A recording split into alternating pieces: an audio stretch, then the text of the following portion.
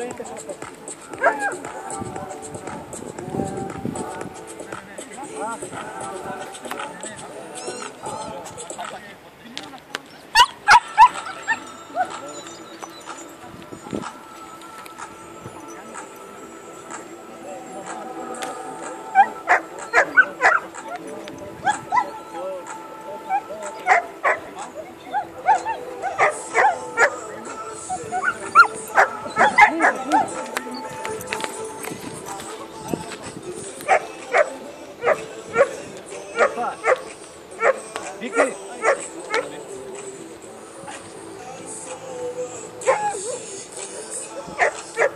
Супер, супер, браво!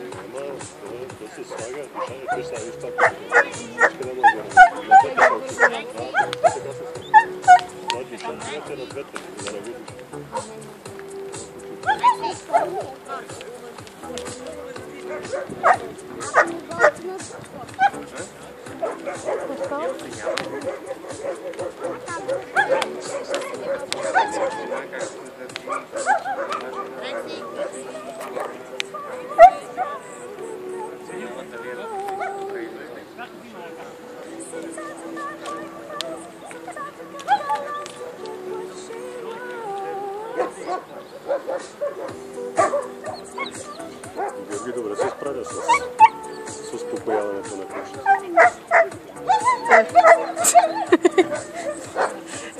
За успокояване да, ама трябва да тренирате да го водиш, защото той нещо на воденето не е. Той аз си удариш, ще вода по-хубаво. Той не е пуска на ригдуса.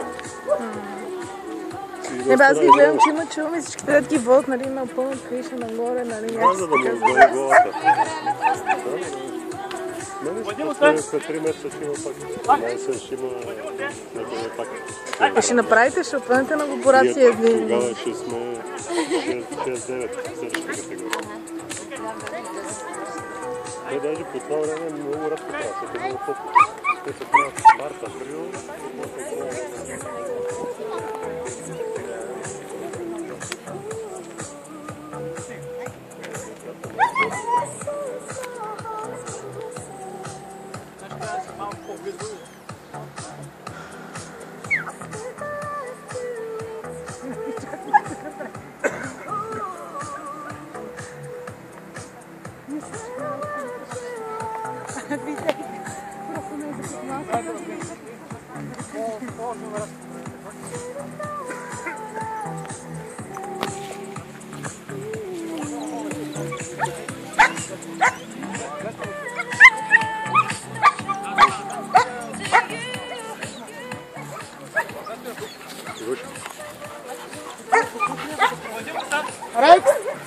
Прощавайте, който е с пикап червен, Кърджали 35-35. Ако обича да извади кучето от колата.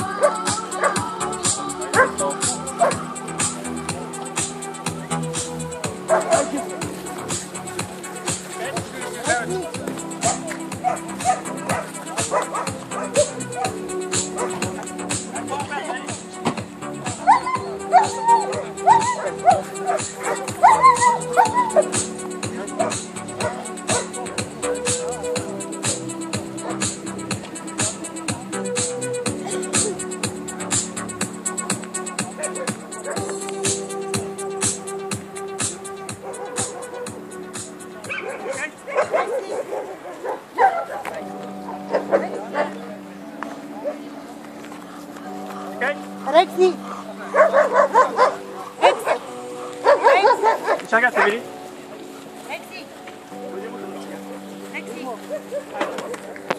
When a good thing goes bad, it's not the end of the world, it's just the end of the world. But you had with one boy, he's the reason it happened, but he's overreacting. And it's all because he don't want things to change. So cry if you need to, but I can't stand to watch you. There's one thing to do. Touch if you need to, but I can't stand to hold you. There's one thing to do. Talk if you need to, but I can't stand to hold you. There's one thing to do. 'Cause you say you love me, I'm not lying. I love you. Чего да диша? Повода да диша. Нека диша. Спокойно. Хайде да видим от тази страна, топа тук срещу слънцето. Нещо, стега да игаш. Завърши описанието на клас 3-6 месеца мъжки кучета. Тук също наблюдаваме доста добри типични представители на породата. Всички кучета, с изключение на каталог номер 14, което уникам долгокосмество, получават оценка много обещаващи. На първо място днес беше класирано кучето каталог номер 11. Той е в горната граница на възрастта, доста добре развито. Личи се, че кучето е доста специализирано, работено е с него. През цялото време на представянето беше на доста добро ниво. Виж, добре. Самото куче като цяло е доста добър формат и тип. Заслужава днес да бъде победител на класа. На второто място е куче с каталог номер 149. 4 месеца и половина е кучето. Кучето също много добър тип, като формат. Просто в момента има малко повече от необходимите килограми, което се отразява на движенията, на здравината на костите. Китките са му доста отпуснати заради големите килограми и доста му пречи за самото движение и представянето му днес на изложбата. Но като цяло кучето е доста добър тип, формат с много надежда. Честито второ място. На трето място куче с каталог номер 12. Той е също 4-месечно куче. По-сух и здрав тип куче, доста правилен, хубав тип. Малко недостатъчно здрава костна система или за мъжко куче, но в тази възраст да постига някакви отклонения, така че кучето е добре заслужава трето си място днес. Каталог номер 13. Тук имаме представител, който е в долната граница на възрастта, 3-месечно куче. Той си още е бебе. Благодаря за смелостта на собствениците, че дойдоха тук. Кучето показва това, което можеше да каже за тази възраст. Няма никакви видими отклонения, така че също получава оценка много надежда.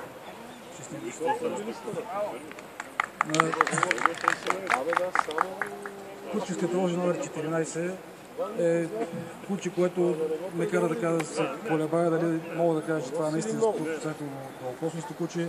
Просто това куче още не е свинило козенец, има голяма вероятност то да не стане долгокосместо, но просто в момента го оценяваме като такова. Много добър формат и тип е кучето, също с малко наднормено тегло, но явно при него движенията са малко повече, отколкото при кучето, което беше на второ място и не му личи толкова много на килограмите, просто ставите са му по-стабилно и мисля, че е един добър представител на хората.